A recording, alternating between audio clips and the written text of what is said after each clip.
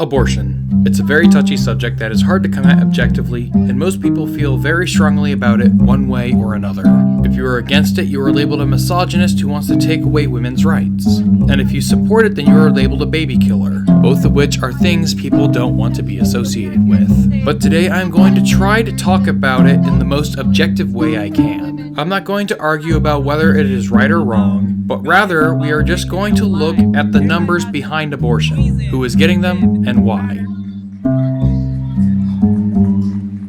The number of actual abortions performed since Roe v. Wade is difficult to calculate, and depending on who you ask, you will get a different number. The Center for Disease Control calculates that over 50 million abortions have been performed since 1973. However, this number is not completely reliable. The CDC obtains these numbers by the self-reporting of states, which is completely voluntary. This means that the numbers reported by the CDC are lower than what has actually occurred. The states colored in red require reporting to the CDC on abortions, while the states in blue do not require reporting. Because of the incompleteness of this reporting, other organizations have attempted to fill in the gaps. According to the Guttmacher Institute, there have been over 55 million abortions performed in the United States since Roe v. Wade in 1973. That is an average of 1.2 million abortions per year. However, this number is a little misleading. Over time, the number of abortions have risen and fallen from year to year. The highest rate was seen in 1980, with 29 abortions performed per 1,000 women, with the lowest rate seen in 2011, with only 17 abortions performed per 1,000 women. Overall, there has been a downward trend in abortion since 1980. The reasons for this trend are disputed. Pro-life groups claim that there is an increased distaste for the practice, while pro-choice groups credit an increased access to contraception.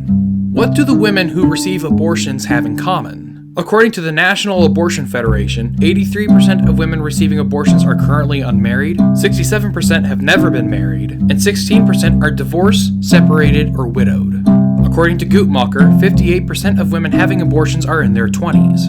18% are under the age of 20, and women ages 30 and over accounted for 24%.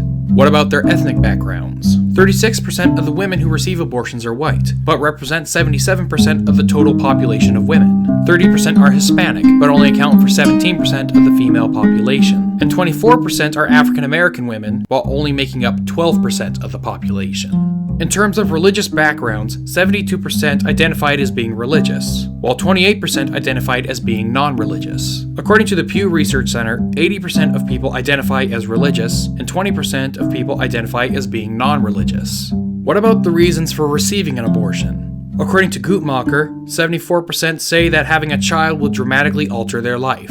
25% say that they did not want others to know that they had had sex or had gotten pregnant. 12% had concerns about their health, and only 1% claimed rape or incest as the reason for their abortion.